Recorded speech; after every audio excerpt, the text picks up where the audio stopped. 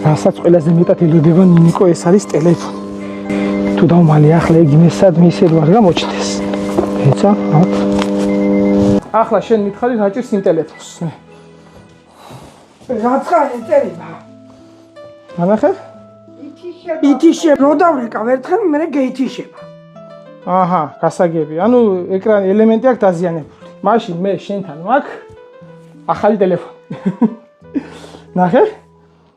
გამომატანე შენთან ეს ტელეფონი, მიუტანეო იმ ადამიანსა და გაახარეო. არ მინდაო რომ გავამხილო ვინა ვარ.